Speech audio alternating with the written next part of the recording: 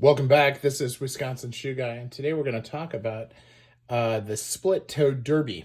Now, what makes this different from your typical Edward Green Dover design is that this is a true derby. So if you look at these, this is an Edward Green Dover. This is what they call a blucher because the facing, well, is kind of fake sewn on here. It's just actually part of the whole piece, but it's not a derby, meaning there isn't a separate piece connecting it. However, as we look at these shoes, and we can look at this pair from Carmina, you can see there's this whole other piece here that's in as part of the construction that is part of the design. Now, they always incorporate the shape of the apron into this, so it has really nice clean lines. This is a very traditional style. And this is in shell cordovan, which you'll see it in all types of different designs. These are shell cordovan. This is plain old French calf, and there's nothing plain about that French calf. And then this is in hatch grain.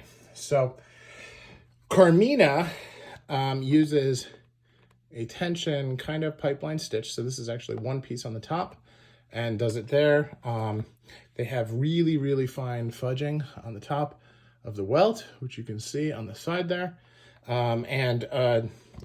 Just a very, very finished shoe to make it quite dressy. It also has a very, very slick almond toe. Now, this is an Allen Edmonds. There's absolutely no welt finishing on this. It's just the stitching. They have, you can see the lines are very, very good, but it's much more rounded, and this is more oval. Now, part of that's the shape of the last, but part of that is really just where they do this. Now, Allen Edmonds and Carmina are both very, very large brands, so what they'll do is they'll sew the pattern, and they do sizes like 6 to 16, right? So they'll sew maybe 8 versions or 8 sizes of the pattern, and then when they last it onto the shoes. So this could be in a different spot depending on your size, depending on your width. Like this could go for the same width, for a larger width, and then look more like this. So there is a little bit of variability there. Now, when you get into the higher end shoes, this is a JM Weston. This is actually a French apron. So it's actually on top. You can see kind of how it's stitched on there. And then this is just a plain reverse toe, which is quite different. This has a huge toe iron, big storm welt, makes it a little bit more casual, but very, very, very classically done. And you can see the lines on this, also very elegant. No heel cap on these, where the others all have a heel cap. So an interesting thing there. The heel caps are also proportioned shorter than the heel, because if they were longer than the heel, they would actually run into this piece. So that's another piece there that's interesting. And then you have these where it is proportioned to the heel, to the edge of the heel though, not beyond the heel like you would see on a traditional Edward Green. For the same reason, it'll just run into it. Now, this has a very, very long line and a very elegant last. This is an Acme. This is a very high quality shoe.